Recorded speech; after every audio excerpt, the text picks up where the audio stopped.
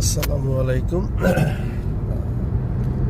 এখন সকালে কুয়েতের রাস্তাঘাটগুলো আসলে উইকেন্ডে অর্থাৎ ছুটির দিনে সকালে রাস্তাঘাটগুলো একদমই ফাঁকা থাকে, খুবই খুবই কম গাড়ি দেখা যায়। কিন্তু এই একই রাস্তায় আমি আপনাদেরকে ছুটির দিন ছাড়া অন্য দিনও দেখানোর চেষ্টা করব। যখন আসলে দেখবেন দেখানোর চেষ্টা করবো যে এই একই রাস্তায় একই জায়গায় আসলে কি পরিমাণ ট্রাফিক থাকে। কারণ তখন আসলে সবাই কর্মব্যস্ত, স্কুলে যাওয়ার জন্য সবাই, তারপরে অফিসের জন্য সবাই আসলে রওনা দেয়।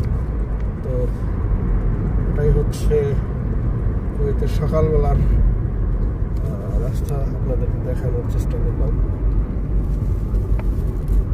খুবই কম মানুষ আসলে, এবং এখন রাস্তাঘাটগুলো কত সুন্দর যে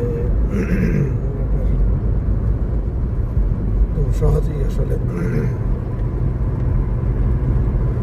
যানজট নেই, একদম নিরিবিলি কোলাহল মুক্তভাবে সকালবেলা বিশেষ করে বের হলে, এবং রোদের প্রখরতাও নেই।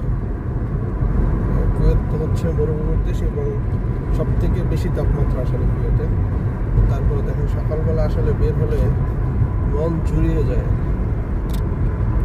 ধন্যবাদ সবাইকে, চ্যানেলটি সাবস্ক্রাইব দিয়ে পাশে থাকবেন।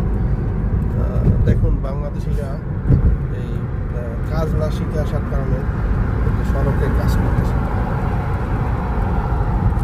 তো আর একটা বিষয় বলার থাকবে যে আপনারা যারাই প্রবাসে আসবেন চেষ্টা করবেন কাজ শিখে আসার জন্য। কাজ শিখে আসলে আসলে আপনি আপনার নিজের ভবিষ্যৎ গড়তে পারবেন।